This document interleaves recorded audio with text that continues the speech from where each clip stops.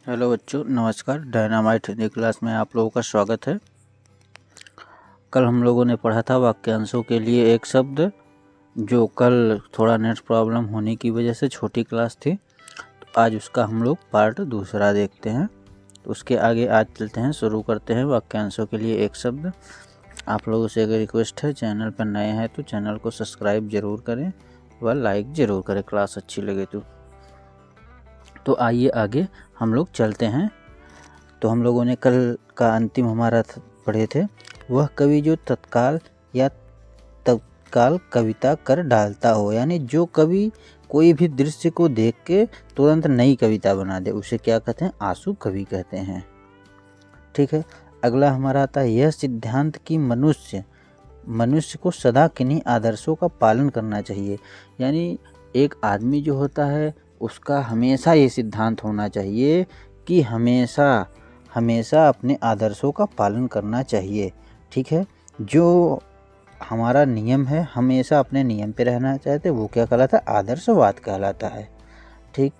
अब अगला आता है हमारा, अत्याचार करने वाला आताताई या अत्याचारी कहते हैं। जो हमेशा अत्याचार करता है उसे आताताई या अत्याचारी भी कहते हैं। ठीक है। अगला आता है हमारा, बालक से वृद्ध तक। बालक यानी बचपन से लेके वृद्ध तक, उसे क्या कहते हैं? आबाल वृद्ध, उसे कहते हैं आबाल वृद्ध। अगला आता है हमारा, जड़ से चोटी तक। जड़ से चोटी तक मतलब नीचे से ऊपर तक आमूल चूल कहते हैं उसे, आमूल चूल। ठीक है। अब अगला आता है हमारा, जन्म लेना या मरना। ठीक है। जन्म लेना या मरना। जन्म लेना और मरना मतलब आवागमन, कोई भी चीज़ आए, कोई भी इसे ही नहीं, कोई भी चीज़ आए या जाए, तो जैसे आपको कहीं आना हुआ या जाना हुआ तो उसे भी आवागमन ही बोलते हैं। ठीक है। अब अगला आता है, जो स्वयं की मत मानने वाला हो। ठीक है। जो अपना स्वयं की मत मानता हो, किसी और की नहीं, जो भी डिसीजन लेगा वो अपना स्वयं ही लेता है, तो उसे क्या कहते हैं? आत्मभिमत कहते हैं। ठीक है। अगला आता है हमारा, किसी देश के वे निवासी जो बहुत पहले से वहाँ रहते आ रहे हैं। जैसे कोई देश का बाहरी आदमी है, वो आके अपने यहाँ रह रहा है, काफ़ी दिनों से रहा है, तो उसे क्या कहेंगे? आदिवासी कहते हैं। अगला हमारा आता है, अधिकार पूर्वक कहा गया या किया गया। मतलब कोई भी वाक्य है या कुछ भी है, कोई भी कार्य हुआ, ठीक है, जो अधिकार पूर्वक, अधिकार से, जिसका अधिकार है वो कहता है, तो वो आधिकारिक कहलाता है। ठीक है। अगला आता है हमारा, वह स्त्री जिसका पति परदेश से लौटा हो, आगत पतिका कहते हैं। जैसे कोई आदमी बाहर अपना रोजी रोटी के लिए कमाने गया हो, तो वो वहाँ से जब रिटर्न आता है तो उसे आगत पतिका कहते हैं। ठीक है। अग्नि से संबंधित या आग का, ठीक है, अग्नि से संबंधित या आग का, उसे आग्नेय कहते हैं। ठीक है। पूरे जीवन को आजीवन कहते हैं। आंतों में होने वाला आंतरिक। ठीक है। आकाश को चूमने वाला, आकाश चुंबी या गगन चुंबी। जैसे कोई पेड़ है, बहुत बड़ा है, कुछ भी है, कोई बड़ा है या एफिल टावर ही है, उसे कहते नहीं हैं कि गगनचुंबी कहते हैं लोग। गगनचुंबी इमारत है, जैसे विश्व की सबसे बड़ी इमारत हमारी ये है, बुर्ज खलीफा है, लोग कहते हैं ना गगनचुंबी इमारत है वो। जिस पर आक्रमण हो उसे आक्रांत कहते हैं। ठीक है। उसे आक्रांत कहते हैं। आक्रमण करने वाला आक्रामक कहलाता है, जो आक्रमण करता है वो आक्रामक कहलाता है। अब हमारा अगला आता है, आधुनिक कार्य को नए ढंग से करने की पद्धति। कार्य को नए ढंग से करने की पद्धति, सॉरी थोड़ा सा लाइट का प्रॉब्लम है।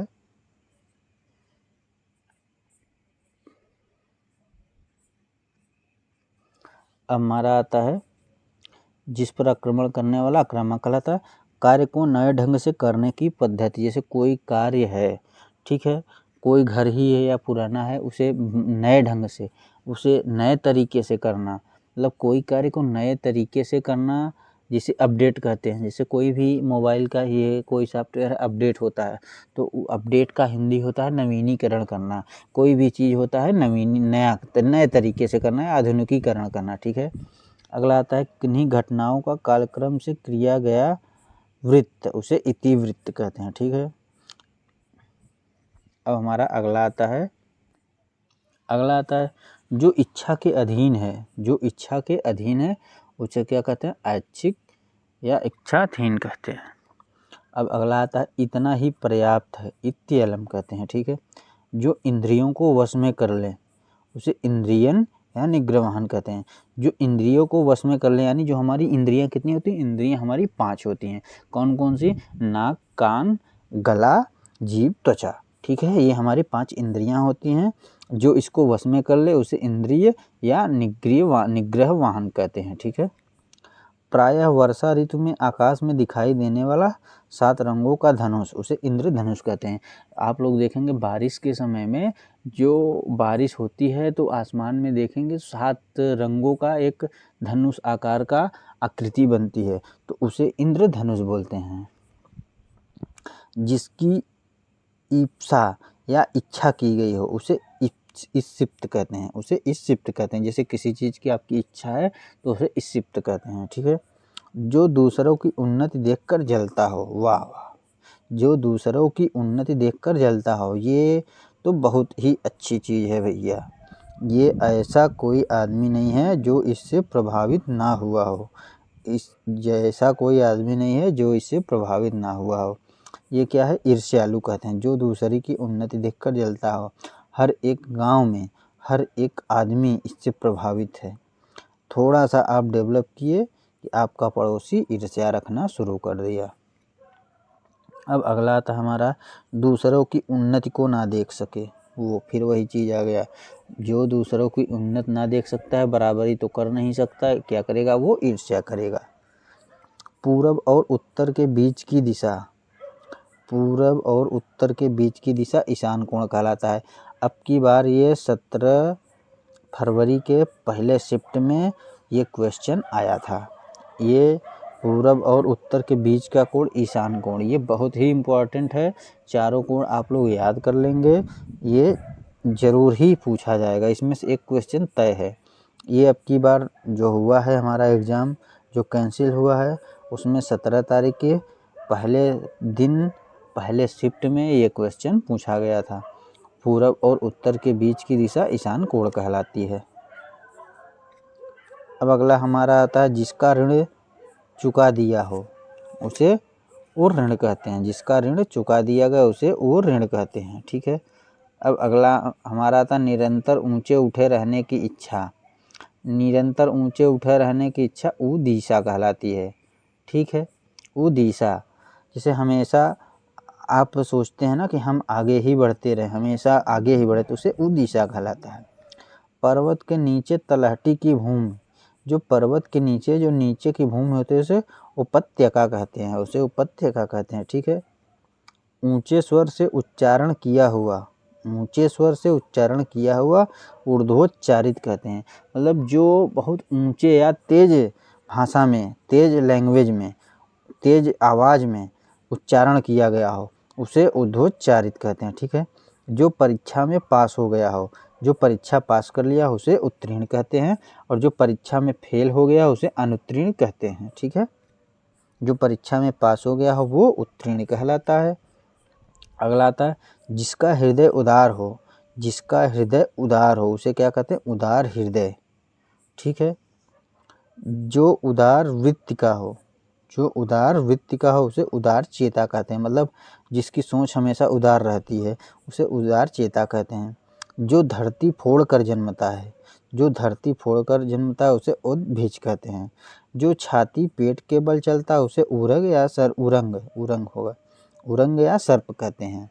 जैसे सांप नहीं होता, वो छाती और पेट के बल चलता है तो उसे क्या कहते हैं? उरंग या सर्प कहते हैं। खाने से बचा हुआ जूठा भोजन उसे क्या कहते हैं? उच्छिष्ट कहते हैं। ठीक है।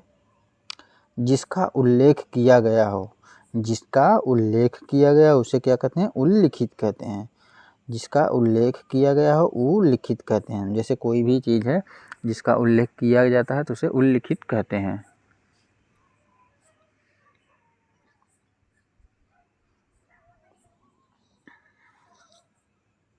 अब हमारा आता है जो ऊपर कहा गया हो उपरयुक्त कहते हैं। जो ऊपर कहा गया हो उसे उपरयुक्त कहते हैं। जैसे कोई क्वेश्चन नहीं लिखा रहता, उपयुक्त प्रश्नों का उत्तर दीजिए, मतलब जो ऊपर की तरफ लिखा गया हो उसे उपयुक्त कहते हैं।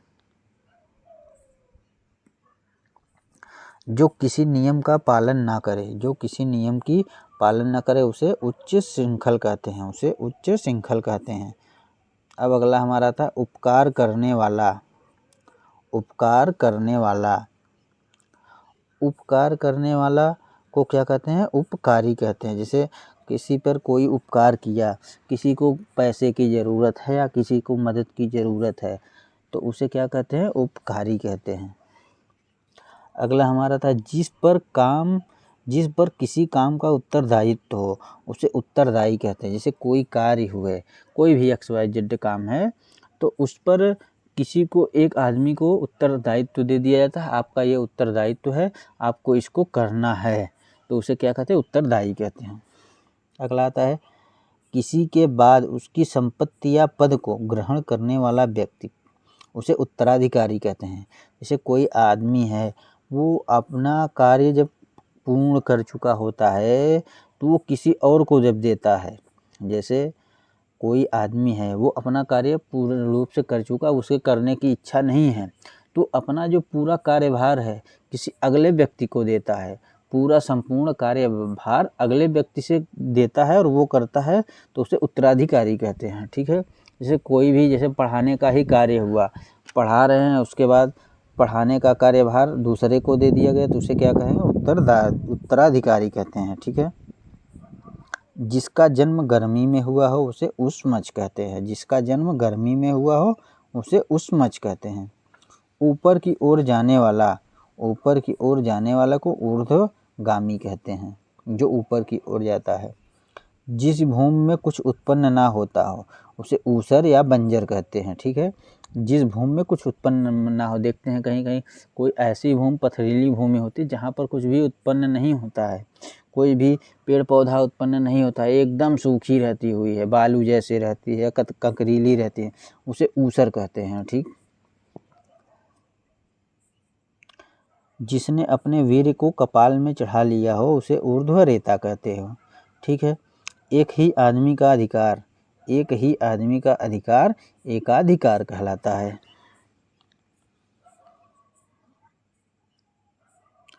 अब अगला आता है जिसका चित्त एक ही विषय में लगा हो। जैसे कोई कार्य है जिसका एक ही विषय में कोई कार्य कर रहा है, वो एक ही मतलब क्षेत्र में वो कार्य कर रहा है, उसी के बारे में कार्य कर रहा है, तो उसे क्या कहेंगे? एकाग्र चित्त कहते हैं। मास के किसी पक्ष की 11वीं तिथि एकादशी, कोई महीना है, मास यानी महीना, कोई महीना का जो 11वां दिन होता है उसे क्या कहते हैं? एकादशी कहते हैं। और 10वें दिन को दशमी कहते हैं। ठीक है। और 13वें दिन को तेरस कहते हैं। अगला आता है हमारा किसी एक पक्ष में संबंध रखने वाला, किसी एक पक्ष में संबंध रखने वाला एक पक्षी कहलाता है। ठीक है। जहाँ कोई दूसरा ना हो, जहाँ एक आदमी अकेले है उसे क्या कहते हैं? एकांत कहते हैं। अगला था अन्य से संबंध ना रखने वाला एकांतिक कहलाता है। जो अन्य किसी से संबंध नहीं रखता है वो एकांतिक कहलाता है। इतिहास से संबंधित, जो इतिहास से संबंधित बातें हैं उसे ऐतिहासिक कहते हैं ना, कहते हैं ना कि बहुत ऐतिहासिक रूप ले लिया है ये बात, तो क्या ऐतिहासिक कहलाता है, जो इतिहास से संबंध रखता हो। अगला हमारा आता है इस लोक में संबंध रखने वाला, उसे क्या कहते हैं? एह लौकिक। इस लोक से संबंध रखने वाले क्या कहते हैं? एह लौकिक या ऐहिक। इंद्रियों से संबंधित, जो इंद्रियों से संबंधित उसे ऐन्द्रिक कहते हैं। जो अपनी इच्छा पर निर्भर हो, ऐच्छिक, जो अपनी ही बात पर निर्भर रहता है उसे ऐच्छिक कहते हैं। विश्व के देशों की खेल प्रतियोगिताएं, जो विश्व के देशों की खेल प्रतियोगिताएं उसे ओलंपिक कहते हैं। ठीक है। अपनी विवाहिता पत्नी से उत्पन्न पुत्र, जो अपनी विवाहिता यानी अपनी पत्नी से उत्पन्न पुत्र को औरस कहते हैं। अपनी विवाहिता पत्नी से उत्पन्न पुत्र को औरस कहते हैं। ठीक है। जिसका संबंध उपन्यास से हो, जिसका संबंध उपन्यास से उसे औपन्यासिक कहते हैं, औपन्यासिक कहते हैं। ठीक है, समझ में आ गया आप लोगों को। जिसका संबंध उपन्यास से है उसे औपन्यासिक कहते हैं। अगला हमारा आता है उपचार या ऊपरी दिखावे के रूप में होने वाला औपचारिक कहलाता है। उपचार या ऊपरी दिखावे मतलब ऊपरी दिखावा जो करता है उसे औपचारिक कहते हैं। ठीक है।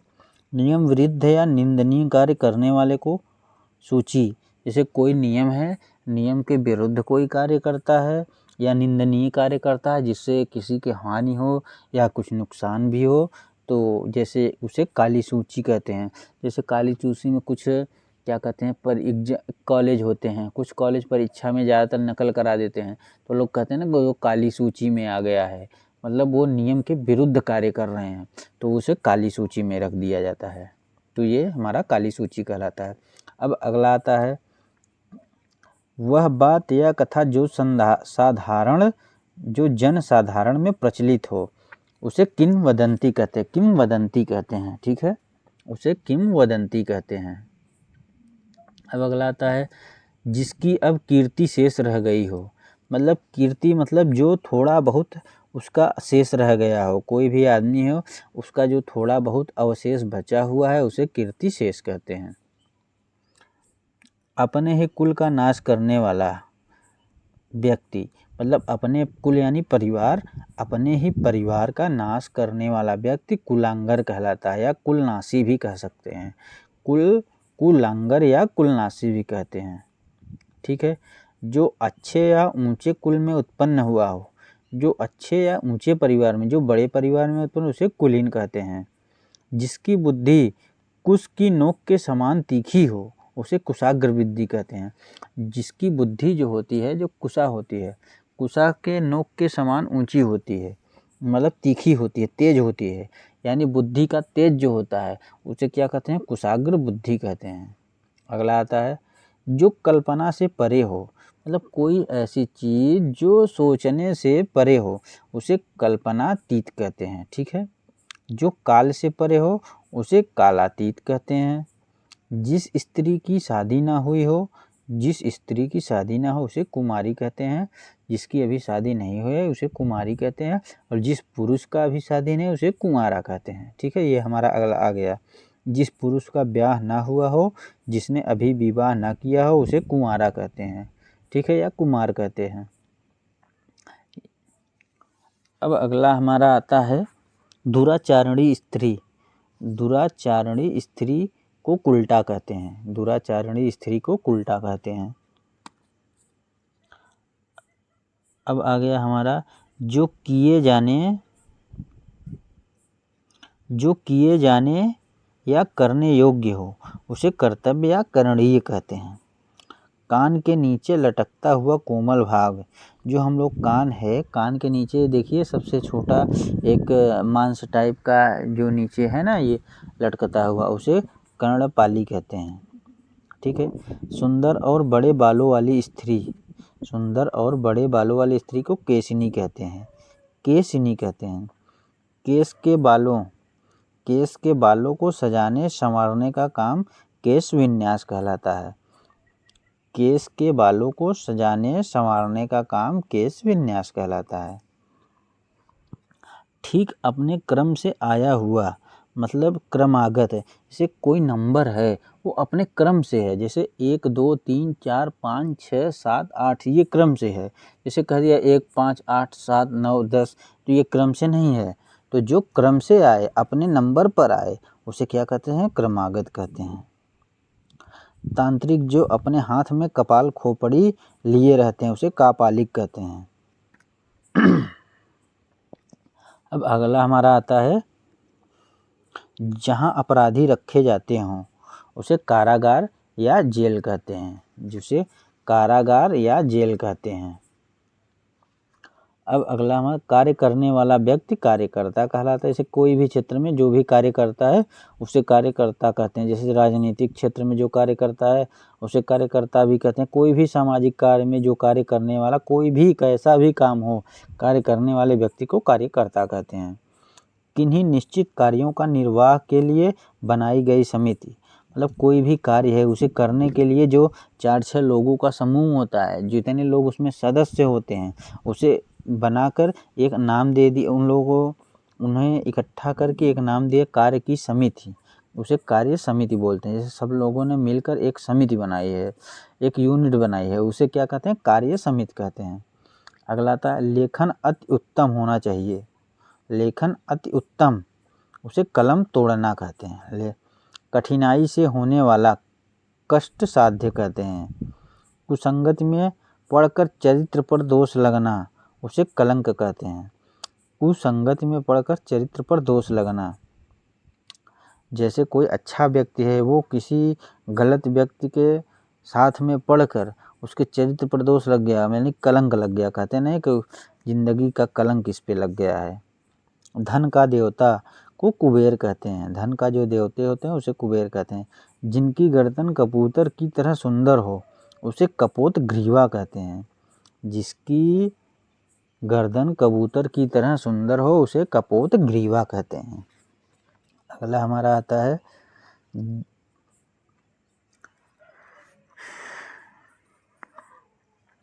जिसकी ग्रीवा शंख की ग्रीवा यानी गर्दन होती है। ग्रीवा मतलब गर्दन होती है, तो कपोत ग्रीवा मतलब ये जिसकी ग्रीवा यानी गर्दन शंख की तरह उसे कातबुक ग्रीवा कहते हैं। ठीक है। जो अपने काम से जी चुराता हो, मतलब जो काम करने से भागता है उसे काम चोर कहते हैं। काम चोर कहते हैं ना, बहुत काम चोर आदमी, जैसे लोग पढ़ाई से भाग रहे हैं दूर तो उसे क्या कहते हैं? पढ़ने के लिए जी चुरा रहा है, तो उसे काम चोर भी कहा जा सकता है। जो पाप पुण्य हर्ष विषाद से मुक्त शुद्ध स्वभाव वाला हो उसे केवल आत्मा कहते हैं। जो पाप और पुण्य हर्ष विषाद से मुक्त शुद्ध स्वभाव वाला उसे केवल आत्मा कहते हैं। अब अगला हमारा आता है जो अच्छे चाल चलन का ना हो उसे कुचाली कहते हैं। जिसका चाल चलन अच्छा ना हो उसे कुचाली कहते हैं। जिस व्यक्ति जिसका ज्ञान अपने ही स्थान तक सीमित हो, जिसे बाहरी जगत का ज्ञान ना हो, मतलब उसे बाहर का कोई भी ज्ञान नहीं है, छोटी मोटी बात पता है, उसी पे उल्टी सीधी बातें करता है, उसे कूपमंडूक कहते हैं। यानी कुएं का मेढक, खाली कुएं के ही बारे में जानता है, बस आगे कुछ भी नहीं जानता है, उसे कूपमंडूक कहते हैं। कूपमंडूक का मतलब होता है कुएं का मेढक, सिर्फ कुएं के ही बारे में वो जानता है, बाकी दुनिया के बारे में उसे नहीं पता कि दुनिया में क्या हो रहा है क्या नहीं हो रहा है। अब अगला आता है हमारा इच्छानुसार रूप धारण करना, काम रूप उसे कहते हैं। ठीक है। जो मोल लिया गया उसे कृत कहते हैं। लाल कमल को कोकनद कहते हैं। लाल कमल को कोकनद कहते हैं। जो मोल लिया हुआ उसे कृत कहते हैं। लाल कमल को कोकनद कहते हैं। एक बार इसको आप लोग फिर से देख लेंगे।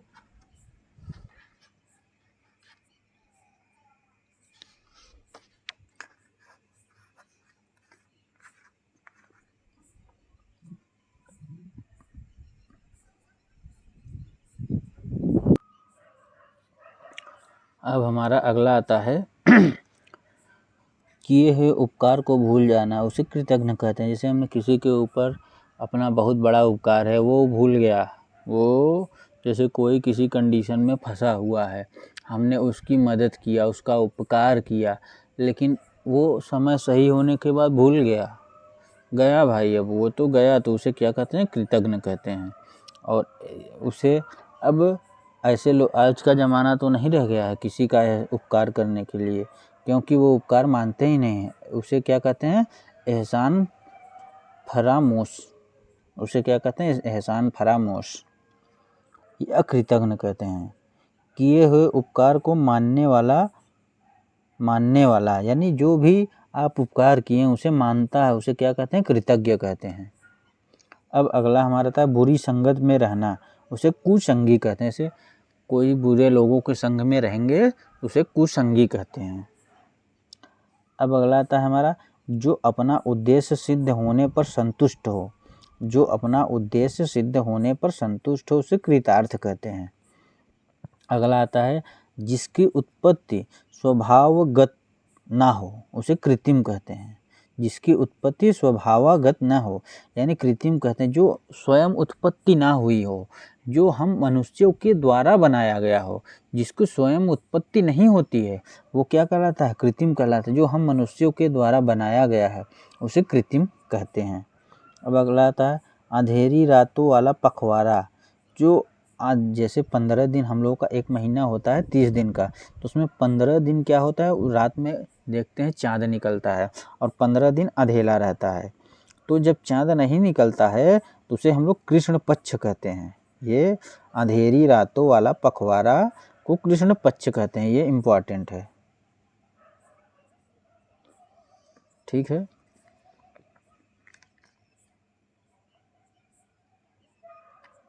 अब हमारा अगला आता है किसी वस्तु को देखने अथवा सुनने की प्रबल इच्छा, जैसे कोई भी चीज़ हो, कौतूहल कहते हैं। जैसे कोई भी चीज़ है वो आप देख नहीं रहे हैं, सुन नहीं रहे, जैसे कोई भी, जैसे क्रिकेट ही शुरू हो गया, क्रिकेट के प्रेमी जो हैं उनके मन में कौतूहल बसने लगता है कि क्या कहते हैं, कहाँ से हम सुन लें, कहाँ से हम कमेंट्री सुन लें या देख लें। ठीक है, उसे कौतूहल कहते हैं। फूल जो अभी खिला ना हो उसे कली कहते हैं। जैसे फूल होता है, फूल के पहले जो उसका भाग होता है, फूल निकलने से थोड़ा पहले अंदर जो होता है उसे क्या कहते हैं, हम लोग कली कहते हैं, उसे कली कहते हैं। स्त्री जो कविता रचती है उसे कवयित्री कहते हैं, कवयित्री कहते हैं। कवयित्री शब्द आप लोग देख लेंगे, ये एकदम सही लिखा हुआ है। क्या कहते हैं, एग्जाम में वर्तनी में आता है कवयित्री, कहीं कहीं लिखा होता है, कहीं कहीं कवयित्री लिखा रहता है या कवयित्री लिखा रहता है, जो कि गलत है। ये एकदम सही लिखा गया, कवयित्री होता है शुद्ध है। जो स्त्री रचना को रचती है उसे कवयित्री कहते हैं और पुरुष जो होते हैं उसे कवि कहते हैं। ठीक है, ये हमारा नीचे है। वह पुरुष जो कविता या काव्य की रचना करता है उसे कवि कहते हैं। अब अगला आता है जिसका कोई कसूर हो, कसूरवार कहलाता है। जिसका कोई कसूर हो वो कसूरवार कहलाता है। अगला आता है सारे शरीर की हड्डियों का ढांचा, जो हम लोग के शरीर के अंदर जो ढांचा है पूरा चमड़ा हटा दिया जाए तो क्या बचेगा, कंकाल ही कंकाल बचेगा। तो सारे शरीर के हड्डियों का ढांचा हमारा कंकाल कहलाता है। अब अगला आता है जो पथ कांटों या बाधाओं से भरा हो उसे कंटकाकीर्ण कहते हैं। जो पथ कांटों या बाधाओं से भरा हो उसे कंटकाकीर्ण कहते हैं। ठीक है। जो कहा गया हो, कथित, मतलब जो कहा गया हो वो कथित हो कहलाता है। जो कोई भी बात अगर कही गई हो तो उसे कथित कहते हैं। अगला आता है जो कर्तव्य से च्युत हो गया हो उसे कर्तव्यच्युत कहते हैं। अगला आता है जैसे तैसे समय काटना, कालयापन कहते हैं। जैसे कोई भी समय है जैसे तैसे करके उसे काटना है उसे क्या कहेंगे, कालयापन कहते हैं। अगला आता है मन गढ़ंत बातें, मन गढ़ंत बातें उसे कपोल या कल्पित कहते हैं। जो अपने से बात बना के कही जाती है, जैसे कोई बात है किसी को बताना है, बढ़ा चढ़ा के बता देते हैं। ठीक है, अपने मन से बना के कह देते हैं, सही नहीं रहता है, झूठ बातें बना अपने मन से बनाते हैं, उसे मन गढ़ंत कहते हैं। मन गढ़ंत बातें उसे कल्पित कहते हैं। ठीक है, कार्य में संलग्न रहने वाला उसे कर्मठ कहते हैं। ठीक है, आजकल चुनाव भी चल रहा है। ठीक है, जो बहुत कर्मठ और जुझारू लोग लिखवाते हैं पोस्टर में, लेकिन कोई होता नहीं है ऐसा। तो कार्य में जो हमेशा लगा रहता है उसे कर्मठ कहते हैं। जो कष्ट को सहन कर सके, जो कष्ट को सहन कर सके उसे कष्ट या सहिष्णु कहते हैं। जो सह सके, बेलों आदि से घिरा हुआ सुरम्भ स्थान उसे कुब्ज कहते हैं। ठीक है, किसी के घर की होने वाली तलाशी उसे खाना तलाशी कहते हैं। ऐसा जो अंदर से खाली हो उसे खोखला कहते हैं। कोई भी चीज़ हो जो ऊपर से बड़ा दिखाई देता है अंदर खोखला होता है उसे खोखला कहते हैं। जिसका कोई हिस्सा टूटकर अलग हो गया हो वो खंडित कहलाता है। जैसे कोई हिस्सा है उसे टूटकर अलग हो गया हो तो उसे खंडित कहते हैं। आकाश में उड़ने वाला खग कहलाता है। जो पक्षी होता है आकाश में ऊपर की तरफ उड़ता है वो खग कहलाता है। खग यानी पक्षी होता है। ऐसा ग्रहण जिसमें सूर्य पूरी तरह ढक जाए सूर्य ग्रहण कहलाता है। जो सूर्य ग्रहण होता है सूर्य को पूरी तरह से ढक लेता है उसे खग्रास या सूर्य ग्रहण कहते हैं। ऐसा ग्रहण जिसमें सूर्य या चंद्र का पूरा बिंब ढक जाए उसे खग्रास कहते हैं। जो प्रतिबिंब होता है जो सूर्य का पूरा प्रतिबिंब होता है वो पूरी तरह से ढक जाए तो उसे खग्रास कहते हैं। जो सदैव हाथ में तलवार लिए रहता है उसे खड्गहस्त कहते हैं। जिस पशु के पेट में बच्चा हो उसे गाभिन बोलते हैं हिंदी भाषा में। जो कुछ भी बोल ना सके जिसकी आवाज़ ना आए वो गूंगा कहलाता है। नए बनवाए घर में पहले पहल होने वाला प्रवेश। जो नया घर बनता है उसमें पहले पहल होने वाला उसे गृह प्रवेश कहते हैं। अब अगला आता है जिसका ज्ञान इंद्रियों द्वारा हो सके उसे गोचर कहलाते हैं। जिसका ज्ञान इंद्रियों द्वारा हो सके जो इंद्रियों का ज्ञान हो। इंद्रियां हमारी 5 होती हैं आँख कान नाक त्वचा और जीभ। उससे जो भी हमें ज्ञान प्राप्त होता है उसे क्या कहते हैं गोचर कहते हैं। जिसका ज्ञान इंद्रियों द्वारा ना हो। जिसका ज्ञान इंद्रियों के द्वारा यानी जो हमारा नाक कान और त्वचा और जीभ इससे जो हमें ज्ञान नहीं होता है इन सब चीज़ों से जो भी चीज़ नहीं पता चलता उसे अगोचर कहते हैं। आकाश को चूमने वाला उसे गगनचुंबी या गगन स्पर्शी कहते हैं। अगला आता है संध्या काल जो गायें चरकर लौटती हैं। संध्या और रात के बीच के समय जो शाम का समय होता है हमारा शाम को 5 बजे के बाद और रात से पहले का समय उसे गोधूली बेला बोलते हैं। जो बात छिपाई जाए उसे गोपनीय कहते हैं। ठीक है, वाक्यांशों के लिए एक शब्द में उसे गोपनीय कहा जाता है। गांवों से संबंधित जो गांव से संबंध रखते हैं उसे ग्रामीण कहा जाता है। बहुत गप्पे हाँकने वाला गपोड़िया कहते हैं। जो कठिनता से और देर से पचे यानी जो कठिनता और देर से पचे उसे गरिष्ठ कहते हैं। अब हमारा अगला आता है वह व्यक्ति जो दूसरों के घरों में फूट डालता हो। वह व्यक्ति जो दूसरों के घरों में फूट डालता उसे घर फोड़ा कहलाता है। घूस लेने वाला रिश्वतखोर या घूसखोर होता है। घास छीलने वाला घसियारा कहलाता है। घुलने योग्य पदार्थ है जो पानी में या किसी अन्य चीज़ में घुलने वाला पदार्थ होता है उसे घुलनशील कहलाता है। जिसे देखकर घृणा उत्पन्न होती है उसे घृणित कहते हैं।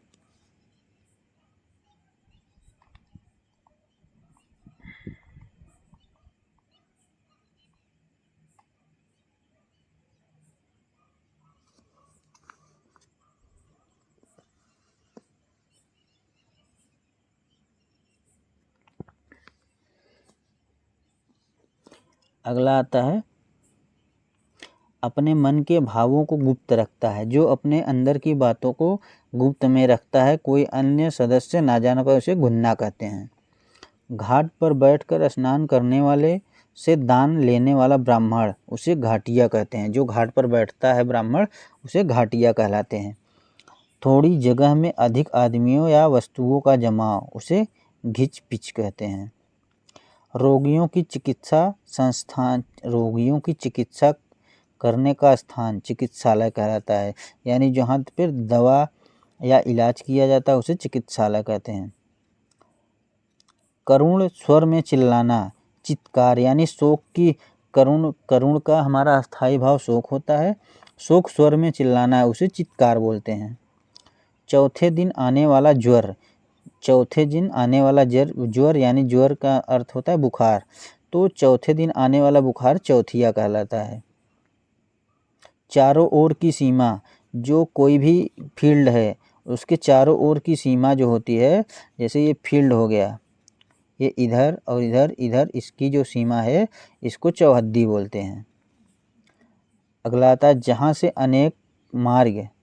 अनेक मार्ग चारों ओर जाते हैं।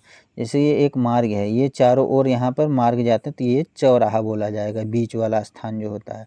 और जो 3 होता है उसे तिराहा बोलते हैं। बरसात के 4 महीने चौमासा कहलाते हैं, या 4 महीनों का समूह भी चौमासा कहलाता है।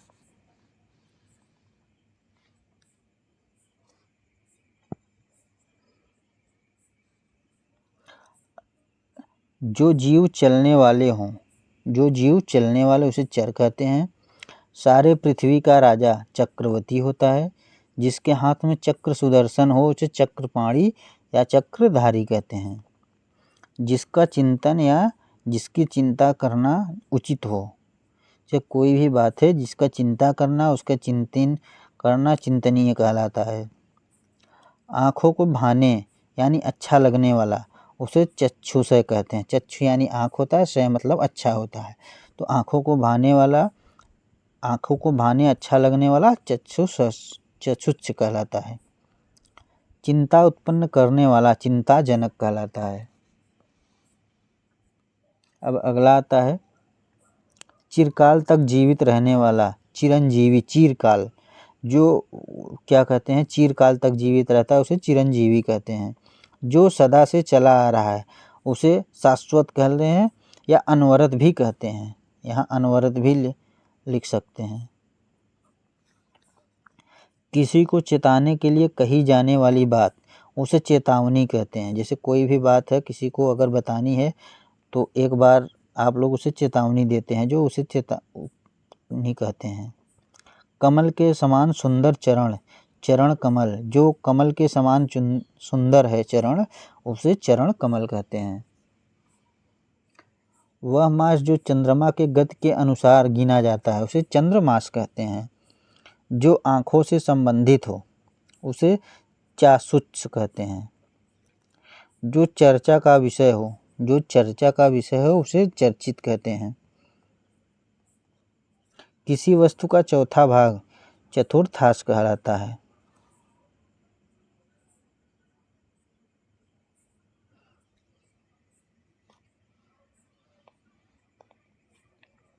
अगला था अकस्मात कहीं भी आकर छापा मारने वाला उसे छापा मार कहते हैं। यानी अचानक किसी जगह आकर छापा मारने वाला उसे छापा मार कहते हैं। सेना के ठहरने का स्थान, जो सेना की कंपनियां जहाँ पर अपना रुकती हैं उसे छावनी बोलते हैं। छात्रों का रहने का स्थान छात्रावास कहलाता है। छात्रों का रहने का स्थान छात्रावास होता है। अब अगला हमारा आता है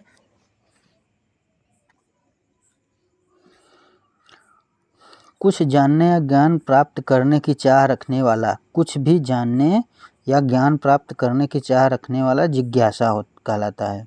जानने की इच्छा रखने वाला, कोई भी चीज़ जानने की इच्छा जो रखता है वो जिज्ञासु कहलाता है। उसे क्या कहते हैं, जिज्ञासु कहते हैं। जिसने इंद्रियों पर विजय पा ली हो उसे जितेंद्रिय कहते हैं। सारे जीवन में किसी के कार्यों आदि का विवरण जीवन चरित्र, यानी सारे जीवन में किसी के कार्यों आदि का विवरण, एक आदमी के पूरे जीवन का जो विवरण होता है उसे जीवन चरित्र कहते हैं। जैसे जीवनी होती है, लोग जीवन के बारे में पूरा लिखते हैं तो उसे जीवन चरित्र भी कह सकते हैं। अब अगला आता है जल में पैदा होने वाला। जो जल यानी जल माने पैदा होना, जल में पैदा होने वाला जलज कहलाता है। जल लेने के बदले में दिया जाने वाला टैक्स उसे जल कर कहते हैं। जल कर यानी टैक्स, जल यानी जल। जल में विचरने वाले जीव जल भर कहते हैं। जो जल में चलने वाले जीव होते हैं उसे जलचर कहते हैं। और जो क्या कहते हैं, थल पर चलने वाले हैं जमीन पर, उसे थलचर कहते हैं। जल थल दोनों जगह चलने वाला जल भूमिया कहते हैं। जाति से निष्कासित जातिच्युत कहते हैं उसे, या जाति बहिष्कृत कहा जाता है। जो अवैध संतान हो वो जारज कहलाता है। अवैध संतान जारज कहलाता है। वह यान जो जल में चलता हो उसे जलयान कहते हैं या जलयान कहलाता है। झूठ बोलने वाला व्यक्ति झूठा कहलाता है। जिनके लंबे लंबे बिखरे हुए बाल हों वो झबरा। झगड़ा करने वाला झगड़ालू।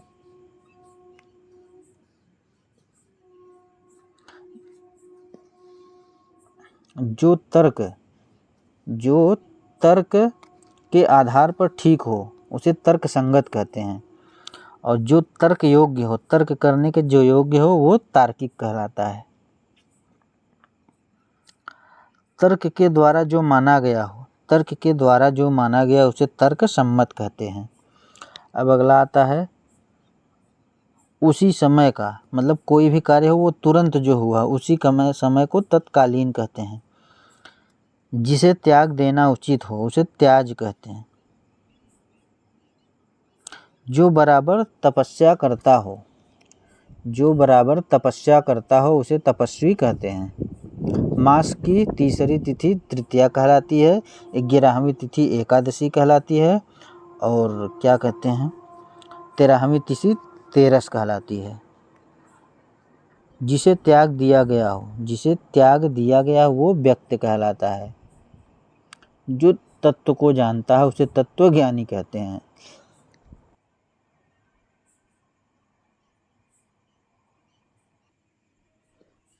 अब अगला था पुलिस की बड़ी चौकी। पुलिस की जो बड़ी चौकी होती है वो थाना कहलाती है। पुलिस थाने की प्रधान अधिकारी, जो थाना होता है उसका जो मुख्य अधिकारी होता है उसे थानेदार कहते हैं। जमा हुई गाढ़ी चीज की मोटी तह, जमी हुई गाढ़ी चीज की मोटी तह को थक्का कहते हैं।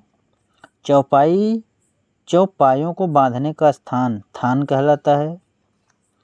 अगला आता है दो भाषाएं बोलने वाला द्विभाषी कहलाता है।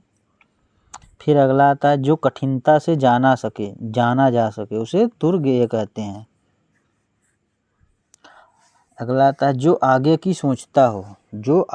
सोचता हो उसे दूरदर्शी कहते हैं। जो भविष्य के आगे, आज से अभी के समय से आगे जो सोचता है वो दूरदर्शी कहलाता है। जो देवताओं के योग्य हो उसे दिव्य कहते हैं। गोद लिया हुआ पुत्र दत्तक कहलाता है। जो मार्ग पार करने में दुखमय प्रतीत हो उसे दुर्लभ कहते हैं। जो दिया जा सके यानी जो भी चीज़ है देने योग्य है उसे देय कहते हैं। जो दोबारा जन्म लेता हो उसे द्विज कहते हैं। द्विज या द्विजन्मा कहते हैं। दिन भर का कार्य, जो एक दिन का पूरा कार्य होता है वो दिनचर्या कहलाता है। जहाँ जाना कठिन हो उसे दुर्गम कहते हैं। गम यानी जाना, दूर मतलब कठिन, तो दुर्गम, जहाँ दूर जाना कठिन हो उसे दुर्गम कहते हैं। जिसका दमन करना कठिन हो उसे दुर्दम कहते हैं। दिन में कम दिखाई देना दिन अवधि।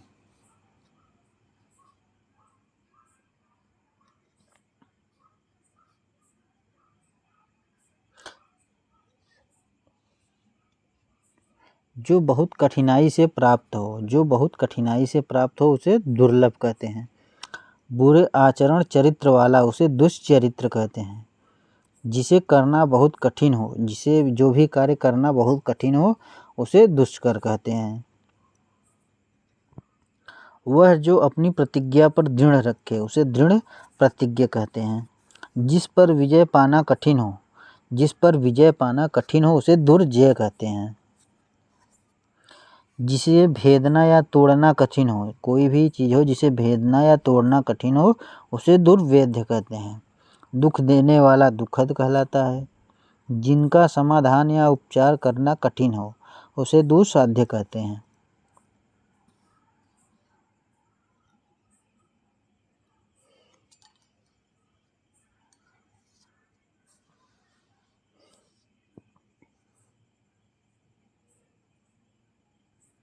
जिसका चित्त किसी एक बात पर स्थिर ना हो उसे दुश्चित्ता कहते हैं। जिनके दो रंग हो वो दुरंगा होता है। दृष्ट उद्देश्य से की जाने वाली मंत्रणा यानी दृष्ट उद्देश्य से की जाने वाली मंत्रा दुरभिसंधि कहलाती है। अनुचित बात के लिए आग्रह करना, कोई गलत बात के लिए आग्रह करना उसे दुराग्रह कहते हैं, उसे दुराग्रह कहते हैं। अगला आता है धन देने वाला, जो धन देने वाला उसे धनत कहते हैं।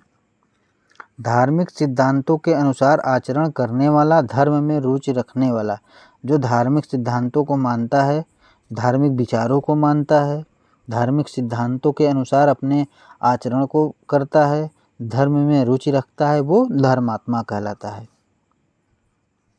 धारण करने वाला, कोई भी वस्तु या कुछ भी धारण करने वाला धारक कहलाता है।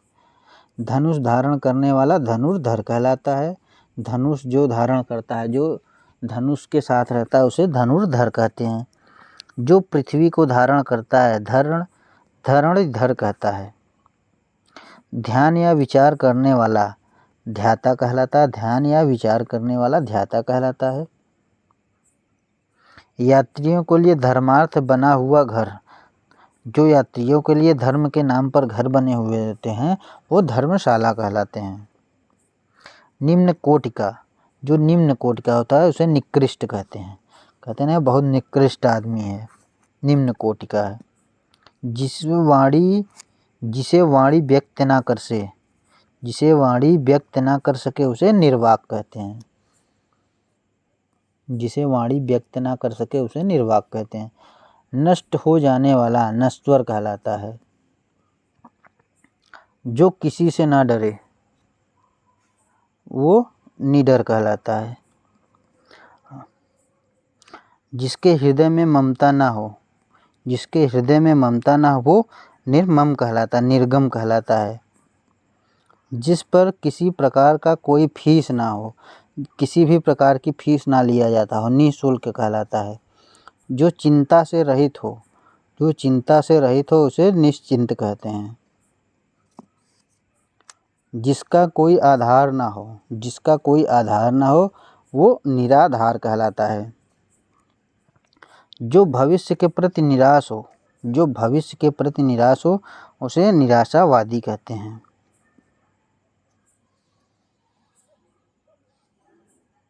जिस पर किसी प्रकार का अंकुश नियंत्रण ना हो, जिस पर किसी प्रकार का अंकुश नियंत्रण ना हो वो निरंकुश कहलाता है।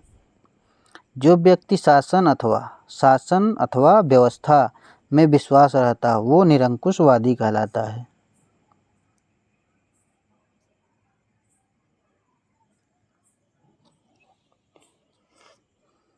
जिसका कोई आकार ना हो, जिसका कोई आकार ना हो वो निराकार कहलाता है। जिसका आकार ना हो, जिसका आकार ना हो वो निराकार कहलाता है।